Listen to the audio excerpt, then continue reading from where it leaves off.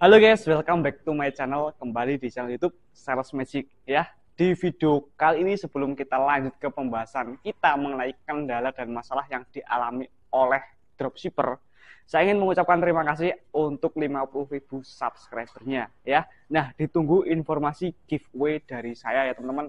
Jadi bagi kamu yang belum mengaktifkan lonceng ya, silakan diaktifkan lonceng notifikasinya supaya saat saya upload video mengenai giveaway kalian bisa langsung menonton video tersebut. Nah, di video kali ini kita akan membahas sesuatu hal yang menarik ya, yaitu kendala dan masalah seorang dropshipper ya. Karena kita memasuki sesi kelas dropshipper Indonesia. Nah, jadi yang pertama ya teman-teman, untuk kendala yang sering dialami oleh dropshipper itu adalah stok produk dari supplier itu kosong ya. Jadi misalnya nih ada orang tanya ya teman-teman. Oke, tapi sebelum lanjut lebih jauh ya, ini dropshipper di sini adalah dropshipper secara online ya teman-teman. Jadi bukan membahas freelance ya. Jadi ini video ini khusus untuk dropshipper online marketing, online shop marketplace ya.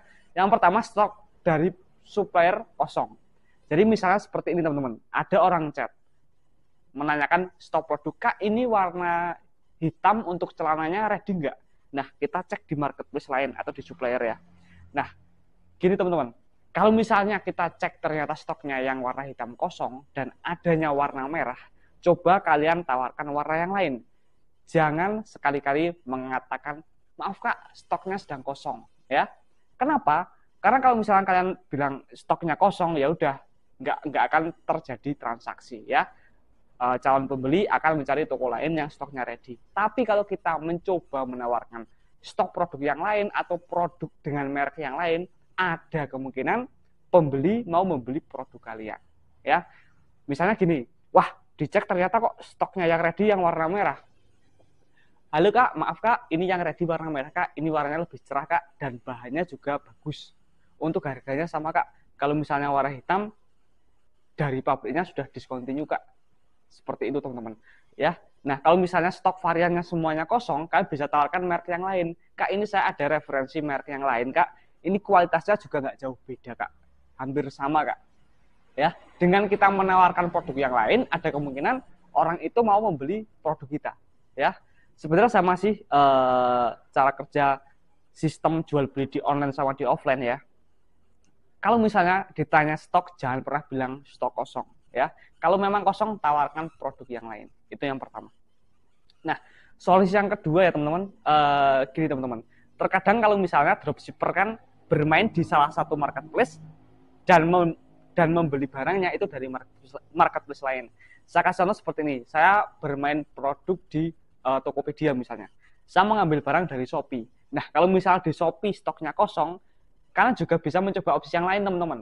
Kalian bisa mencoba di marketplace seperti Lazada, Bukalapak, Blibli ya. Nah, kalau di semua marketplace tidak ada, kalian bisa mencarinya secara offline ya. Kalau misalnya kalian tahu alamat produk yang pembeli inginkan ya, kalian bisa datangi secara offline lalu dikirim pakai resi jalan. Itu adalah kendala pertama ya, stok produk kosong. Nah, terus berikutnya nih teman-teman, yang kedua itu adalah kendala di pengiriman, khususnya gosen ya. Nah, kalau misalnya dropshipper ya, itu resi yang bisa diaktifkan ya, yang diaktifkan di marketplace-nya. Yang pertama adalah kurir rekomendasi, yang kedua ada JNT ya, JNT reguler, yang ketiga ada JNE yaitu JNE reguler dan JNE kargo atau JTR, dan yang keempat adalah si cepat reguler atau si cepat gokil ya. Ini adalah kurir yang sering digunakan di Tokopedia. Nah, permasalahannya adalah kalau misalnya ada pembeli ya yang ingin membeli barang tapi maunya instan atau gosen. Jadi pengiriman secara instan atau gosen itu adalah misalnya nih, pembeli beli hari ini, ya hari ini harus datang barang tersebut. Sedangkan para dropshipper, lokasi tokonya rata-rata adalah fake ya. Jadi lokasinya itu main tembak teman-teman ya. Bisa di Jabodetabek, Jabar, Jawa Timur ya. Nah, bagi kalian yang belum paham mengenai materi kali ini, bisa tonton materi sebelumnya ya teman-teman, mengenai apa itu dropshipper dan bagaimana cara kerjanya ya. supaya kalian tidak bingung ya. Jadi video ini khusus untuk kalian yang sudah memulai dropshipper dan mengalami kendala ya. Kalian baru menonton video ini. Nah, kalau misalnya ada orang yang meminta kurir gosen atau instan, kalian jawabnya gini teman-teman.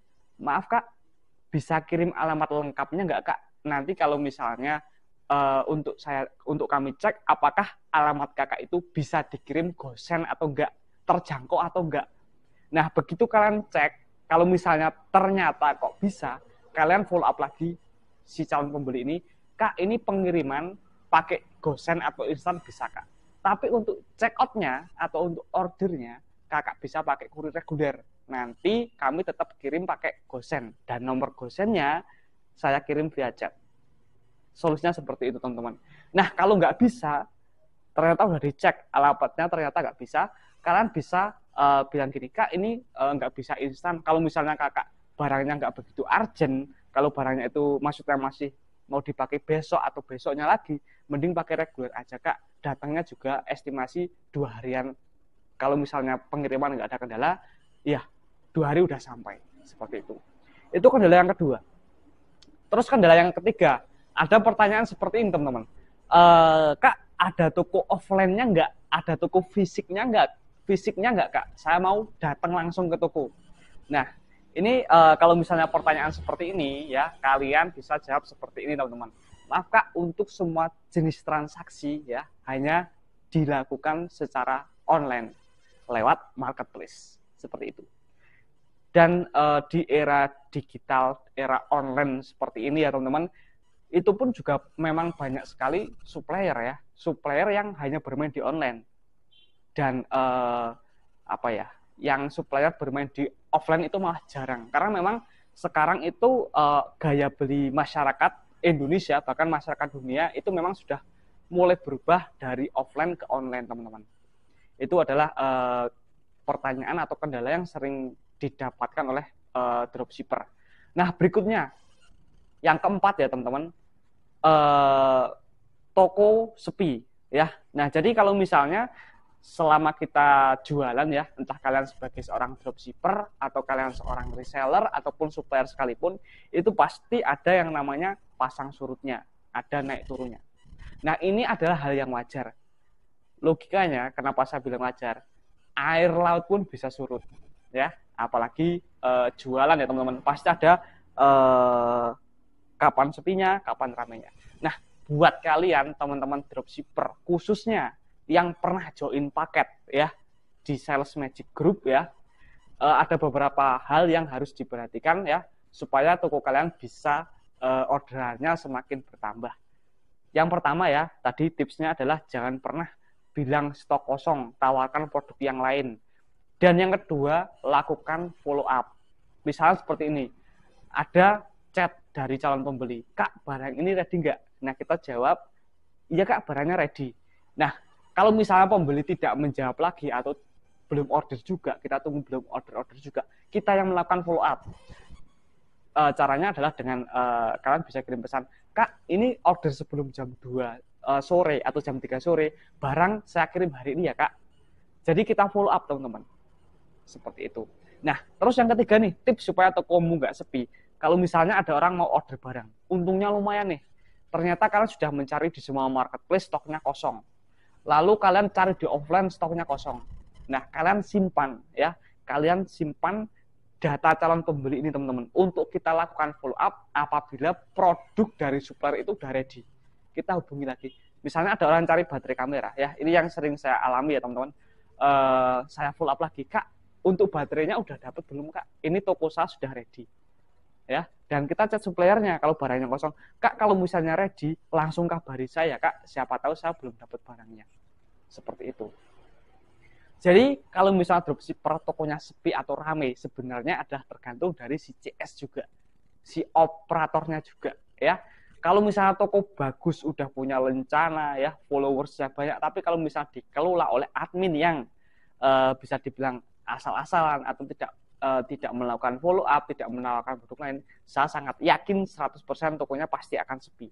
Sebagus apapun rating tokonya, ya, sebagus apapun status keanggotaan tokonya. Jadi ada beberapa variabel atau faktor yang mempengaruhi toko itu sepi atau enggak ya. Ini adalah materi kita ya, kendala part 1 ya teman-teman. Nah, nanti untuk kendala part 2 dan part seterusnya kalian bisa subscribe channel YouTube ini, aktifkan lonceng notifikasi, dan cek ya deskripsi video ini atau komentar di bawah video ini. Nanti saya pasang pin komen ya teman-teman untuk part mengenai kendala-kendala dan masalah yang sering dialami oleh dropshipper. Nah, bagi teman-teman yang dropshipper juga nih, kalau misalnya kalian mempunyai kendala masalah kurir atau masalah pergantian kurir atau penarikan saldo, bisa kalau misalnya ingin bertanya di Instagram saya teman-teman, pas saya live Instagram teman-teman.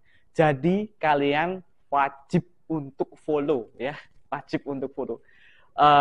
IG-nya @bangkit_, linknya juga ada di deskripsi video ini ya.